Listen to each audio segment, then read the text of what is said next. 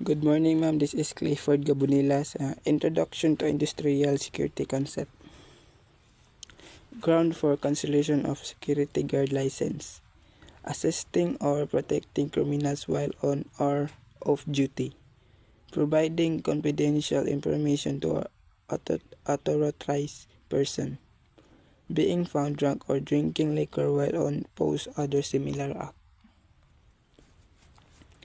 Ground for license cancellation. A security guard's license can be cancelled for assisting criminals, providing confidential information to an unauthorized person, or being found drunk while on duty. Ang usa ka security guard kinahanglan na mulihok nga responsable, magmonitor sa dapat monitoron o magpabiling lig-on samtang ga-duty. Kung masakpan ni siya, once na masakpan siya og ga-duty na hubog, na siya chance na mawalaan siyang trabaho. Private Security Agency Law. This law governs the organization and operation of security agencies in the Philippines.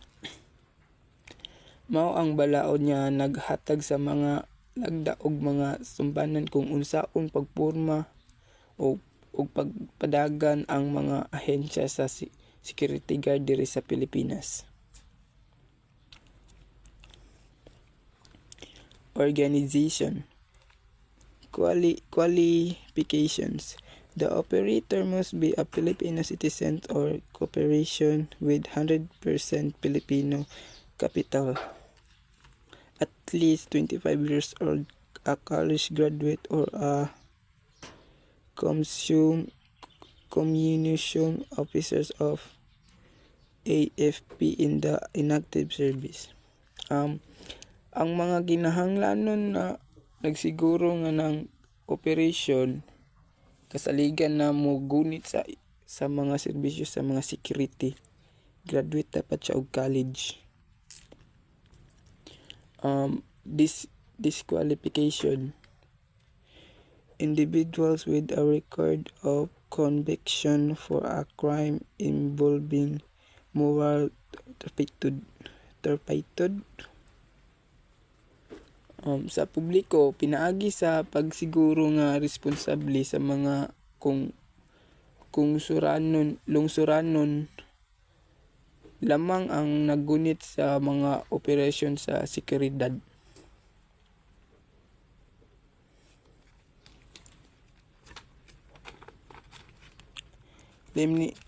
Limitations or prohibitions.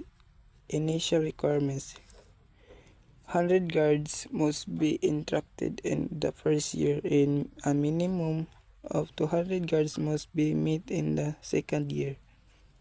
Pagkontrata sa 100 ka gwardiya sa unang tuig, meeting sa minimum 200 nga mga gwardiya sa ikaduhang tuig.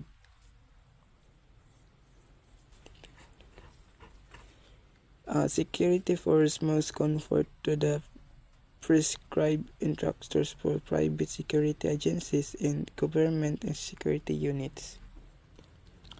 Ang mga pwersa sa seguridad kinahanglan nga muuyon sa mga structures para sa mga pribadong ahensya, mga unit sa mga seguridad sa gobyerno. Branch office establishment. Branch office must be established in province in cities where at least 10 guards are employed during the first year. Ang branch office kung asa gitukod sa mga probinsya o syudad o pulo ka mga gwardiya ang nagtrabaho sa mga lokasyon sa unang tuig.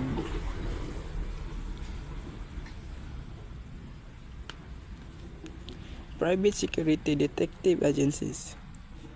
RAW 5887. The documents mentions Republic Act 5487, which governs the organization and operation of private security agencies, detective agencies, and security guard.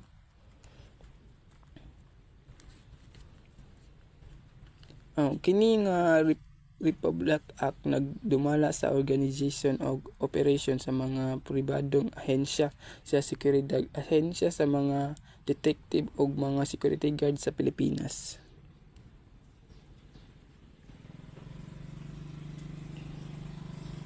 Private security detective agencies requirements to operate an agency must have a license from the Cybersecurity Group of the Philippines National Police and they're registered with the Security Enhanced Commission in the Department of Trade Industry. Requirements for private security detective agencies. There include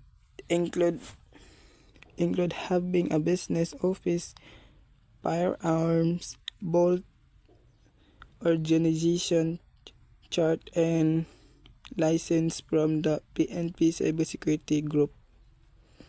Uniform and equipment. The text specifies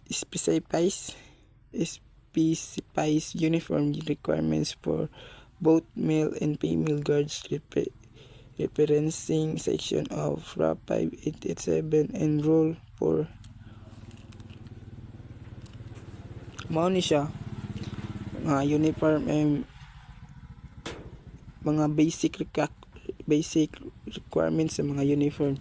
Nara ang kinahanglan na basic, kinahanglan usa ka Filipino citizen, kinahanglan nga 20 pataas ang edad, kinahanglan nga graduate sa high school o kinahanglan nga physically o mentally fit. Mao nang uniform sa pulis po. Naa na tanan ang mga pangalan sa uniform. Other equipment.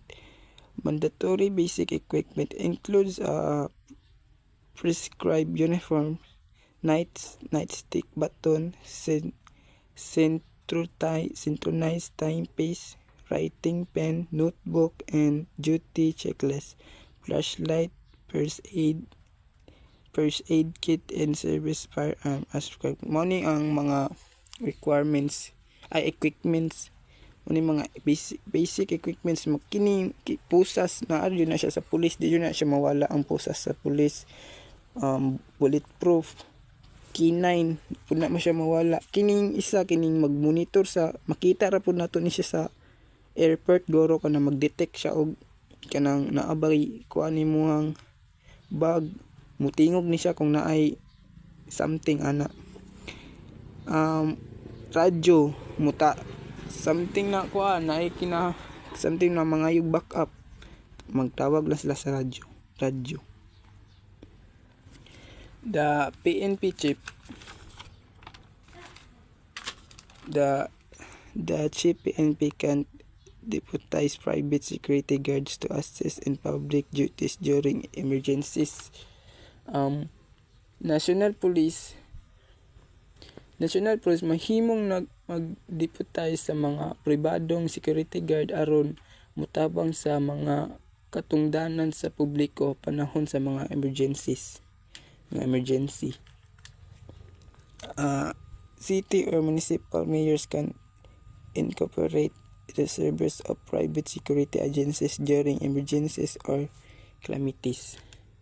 Ang mga mayor sa syudad o munisipyo mahimong ilakip ang mga serbisyo sa mga pribadong ahensya, sa mga security guard panahon sa naay emergency o calamities.